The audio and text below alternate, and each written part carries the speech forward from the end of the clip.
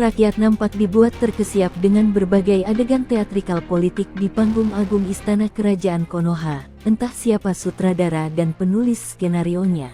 Lampu sorot tidak lagi tertuju pada sang raja lama Konoha yang kini duduk di tepian senja sambil menggaruk kurapnya, tidak pula sepenuhnya pada sang pangeran yang tahta dengan karpet merah yang tergelar di atas retakan konstitusi.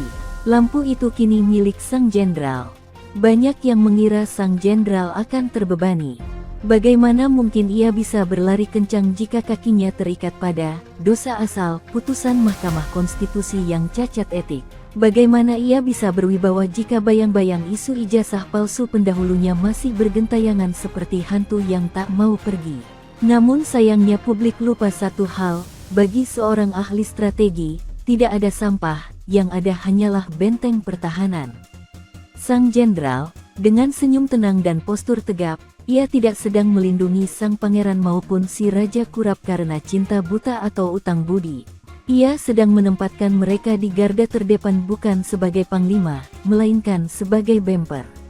Lihatlah bagaimana ia bekerja dalam hening mengutak-atik konstitusi, mengatur koalisi di parlemen agar mendandani demokrasi dengan bedak banci, agar pemilihan cukup melintasi perwakilan.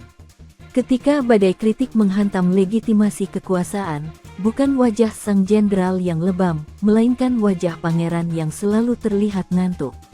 Cacat etik itu menjadi samsak yang empuk bagi tinju kemarahan publik.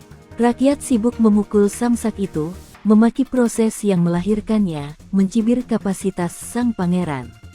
Dan di saat yang sama, di balik riuh rendah pukulan itu, sang jenderal dengan leluasa menyusun bata demi bata bangunan kekuasaannya sendiri, tak terusik, tak tersentuh. Isu ijazah palsu dan segala residu pemerintahan lama bukanlah aib yang harus disembunyikan sang jenderal. Itu adalah peredam suara. Bisingnya perdebatan tentang masa lalu Raja Kurap menyerap energi oposisi dan masyarakat sipil. Selama orang-orang sibuk menunjuk hidung Raja Kurap dan puteranya yang cacat etik sebagai sumber masalah moral bernegara, sang jenderal memiliki ruang kedap suara untuk menekan kebijakan strategis, membagi kue ekonomi, dan mengamankan loyalitas para oligarki demi jangka panjang rezimnya.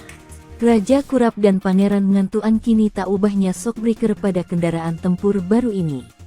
Merekalah yang merasakan guncangan pertama kali saat jalanan politik menjadi terjal. Jika kebijakan pemerintah terasa pahit, narasi bisa diputar, ini adalah warisan yang harus dibereskan, atau ini akibat inkompetensi sang wakil yang belum matang. Namun jika kebijakan itu manis, itu adalah buah ketegasan sang jenderal. Sungguh sebuah seni perang yang lihai, licik, piawai, namun terbungkus dengan akustik sunyi dan senyap. Sang jenderal tidak perlu membunuh para pendahulunya secara politik. Ia cukup membiarkan mereka ada, membiarkan mereka terlihat cacat, dan membiarkan mereka menyerap segala racun di udara. Dengan menjadikan mereka samsak, sang jenderal menjaga tangannya tetap bersih.